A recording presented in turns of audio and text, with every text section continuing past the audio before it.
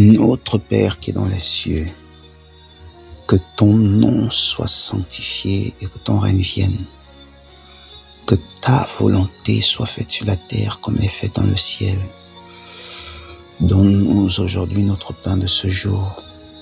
Pardonne-nous nos offenses comme nous pardonnons à ceux qui nous ont offensés. Ne nous induis pas en tentation, mais délivre-nous du malin, du mal. Car c'est à toi seul qu'appartient le règne, la puissance et la gloire pour des siècles. Dans le nom de Jésus, j'ai ainsi prié. Amen. Alors, nous sommes dans notre deuxième partie d'échange, donc de partage sur la prière de notre Père, avec pour verset de base Matthieu 6, verset 9. Alors, les disciples dans leur conversation avec le Seigneur, ils vont dire au Seigneur, Seigneur, apprends-nous à prier. Ensuite, le Seigneur va leur dire, quand vous priez, dites, notre Père qui es aux cieux, que ton nom soit sanctifié, que ton règne vienne, que ta volonté soit faite sur la terre comme elle est faite dans le ciel. Donne-nous aujourd'hui notre pain de ce jour. Pardonne-nous nos offenses comme nous pardonnons à ceux qui nous ont offensés. Ne nous soumets pas à la tentation, mais délivre-nous du mal, car c'est à toi seul qu'appartient le règne, la puissance et la gloire pour des siècles. Amen. Donc, le Seigneur, quand il va enseigner les disciples sur la prière, il dit, quand vous priez, dites notre Père.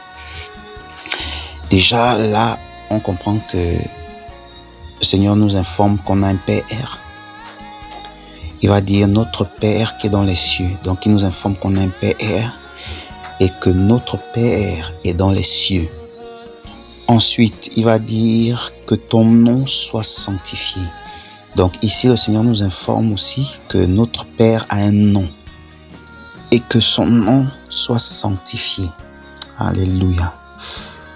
Donc aujourd'hui, nous allons nous attarder sur que ton nom soit sanctifié. Alors, nous allons essayer de découvrir quel est ce nom dont Jésus nous a demandé de sanctifier, parce qu'il a dit que ton nom soit sanctifié. Donc ça veut dire que notre Père a un nom. Donc on va chercher dans la parole, chercher ce nom en fait. Et maintenant, si vous vous rappelez, quand dans l'Exode, quand Dieu se révèle à Moïse, donc sur la montagne, Moïse va voir un buisson en feu. Et quand Moïse se rapproche, il se rend compte que ce buisson est en feu, mais ce buisson ne se consume pas. Et là, Dieu va commencer à parler à Moïse. Dieu va parler à Moïse, Dieu va dire que je te choisis pour accomplir une œuvre. Donc, qui est la délivrance de mon peuple qui se trouve en Égypte. Et là donc Dieu va parler avec Moïse et puis Moïse va dire ok, j'accepte. Et après Moïse va dire mais si je pars, ils vont me demander mais quel est son nom en fait. Quel est son nom? Donc on va essayer de lire, Exode 3, verset 14. Donc voilà ce que les Écritures nous disent.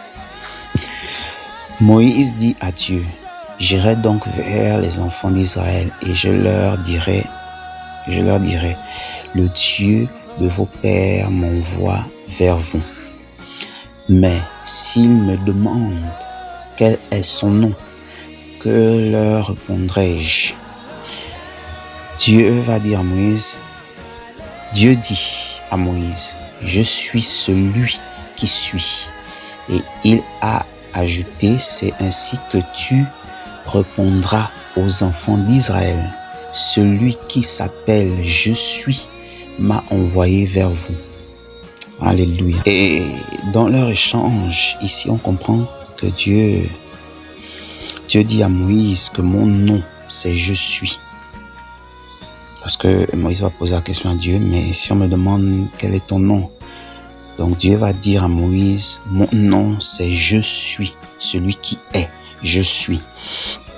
Et en fait, le nom je suis est traduit par Yahweh. Donc Yahweh, les 4 lettres, le tétragramme. Donc Yahweh. Et ensuite Yahweh a été traduit par éternel. Donc le Dieu éternel, qui n'a ni commencement ni fin, celui qui est éternel en fait, le Dieu éternel. Ce grand Dieu. Et on comprend ici que Jésus, quand il donnait cette prière-là, en fait Jésus est en train de nous dire que pour vous qui priez le Père, pour vous qui prononcez, pour vous qui citez le nom du Père, ayez une vie rangée, une vie de sainteté, une vie de pureté. Ayez une vie de sainteté avant d'invoquer le nom du Père, avant d'invoquer le nom de Dieu. Jésus dit que ton nom, dites que ton nom soit sanctifié. Donc il est en train de dire que vous qui, parce que quand il dit que ton nom soit sanctifié, en fait la personne qui sanctifie le nom, c'est la personne qui a cette vie pure en fait. C'est cette personne qui a la vie pure qui prononce le nom, parce que c'est une personne qui prie et qui prononce ce nom-là. Donc, il dit que ton nom, dites que ton nom soit sanctifié.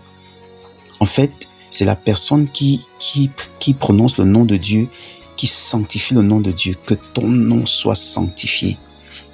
Alléluia. Et quand on lit Timothée, on voit que Timothée confirme la prière de Jésus en fait. Nous sommes dans 2 Timothée 2, verset 19. Néanmoins, le solide fondement de Dieu reste debout, avec ses paroles qui lui servent de sceau. Le Seigneur connaît ce qui lui appartiennent. Ensuite, la partie qui nous intéresse est quiconque prononce le nom du Seigneur, qu'il s'éloigne de l'iniquité. Alléluia, alléluia. Pourquoi Timothée va nous dire ça? Pourquoi Timothée va dire que la personne qui invoque le nom du Seigneur, qui s'éloigne de l'iniquité? En fait, c'est parce que le monde spirituel fonctionne avec des principes. Le monde spirituel fonctionne avec des principes. Si quelqu'un a une vie de désordre et que cette personne adresse des prières à Dieu, ces prières n'auront pas d'impact en fait. Il n'y aura pas de puissance derrière cette prière. Il n'y aura pas de force derrière cette prière. Qu'est-ce qui donne la force et l'impact à une prière? C'est quand la personne qui prie a une vie rangée, une vie agréable au Seigneur en fait. Et cette personne, c'est avec le cœur que la personne prie. Et ça a de l'impact. C'est pourquoi Jésus va dire que ton nom, dites que ton nom soit sanctifié. Ensuite, il va après ajouter que ton règne vienne. Pour que le règne là vienne là. Que ce règne vienne. Il faut que la personne qui prie, qui invoque ce nom-là, sanctifie ce nom. Parce que ça crée un parfum en fait. Bon, là on est en train d'entrer dans autre chose. Mais ici le Seigneur va nous dire que ton nom soit sanctifié, et Timothée va confirmer, parce que c'est très très important. C'est important d'avoir une vie rangée pour avoir de l'impact dans le monde spirituel. Pour vraiment avoir de l'impact, si tu veux que ta prière ait de l'impact. Parce que là, Jésus va leur montrer la prière qui agrée, qui touche le cœur de Dieu en fait, la prière agréable en fait. Il va dire, quand vous priez, dites, voilà la bonne prière. Quand vous priez, dites. Il dit, quand vous priez, dites que ton nom soit sanctifié. Alléluia. Et quand on va encore lire, je crois la Bible va nous dire que la prière d'un pécheur est une abomination. En fait, la prière de quelqu'un qui vit qui pratique le péché, en fait, ici on parle de pratiquer le péché. Vivre une vie d'impureté, en fait. Cette prière-là dérange les oreilles de Dieu, en fait. Parce que cette prière dégage une mauvaise odeur, en fait, dans le monde spirituel. Ça dégage un mauvais parfum.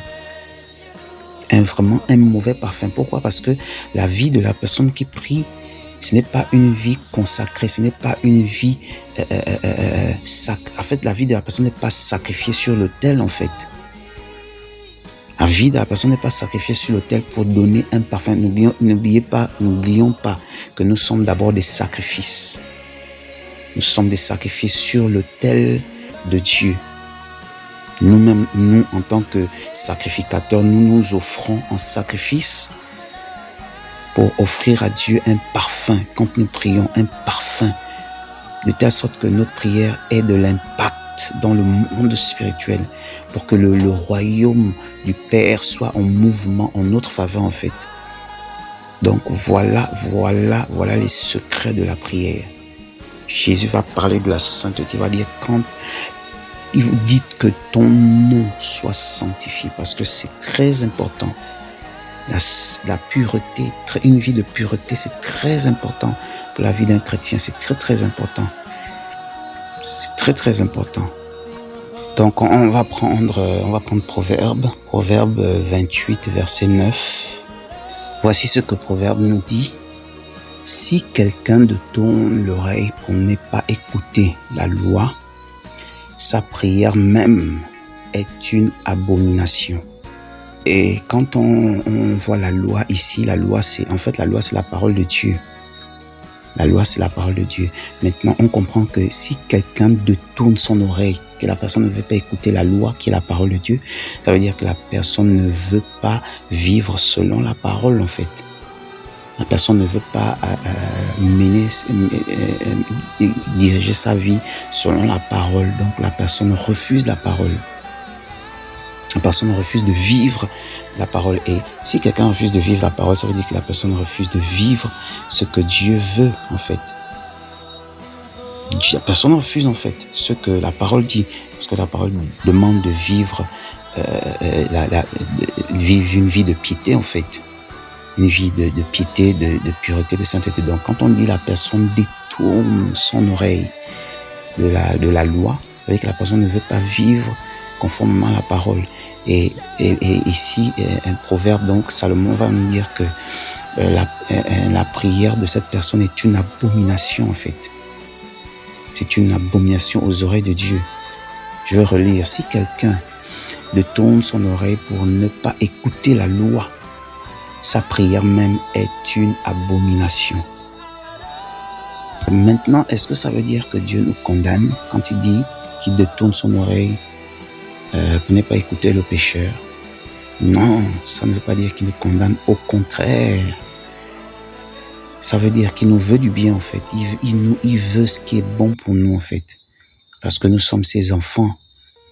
Donc, il n'existe pas un père qui voit son fils faire de n'importe quoi, ou son fils ou sa fille faire de n'importe quoi, et puis il va regarder sans rien faire. Non. Au contraire, il va corriger pour ramener l'enfant dans le droit chemin, en fait. Pour orienter l'enfant dans ce qui est bon, ce qui est juste, ce qui est parfait, ce qui est bon, en fait. Tel est notre Père. Voici ce que notre Père veut pour nous, en fait. Parce qu'il sait qu'en face de nous, on a un ennemi. Notre ennemi, lui là, quand ta vie est façon, quand ta vie c'est une vie de désordre, c'est une vie de péché, mais tu deviens la proie, en fait. Tu es sa proie. Tu es sa proie. On est dans une guerre, mais il ne faut pas qu'on ouvre des portes, en fait. On ne doit pas ouvrir les portes. Donc quand on s'adresse au Père, il faut qu'on soit, parce qu'on s'engage dans un combat. Il faut qu'il n'y ait pas de porte ouverte, en fait. C'est ce dont le Seigneur voulait nous, quand il dit que ton nom soit sanctifié, quand le Seigneur nous demande de nous sanctifier. C'est ça en fait, que nous ayons une vie rangée. Donc voilà un peu, c'était notre deuxième partie, et il y aura une troisième jusqu'à ce que nous allons épuiser Matthieu 6 verset 9. Shalom, que le Seigneur nous bénisse. Alléluia.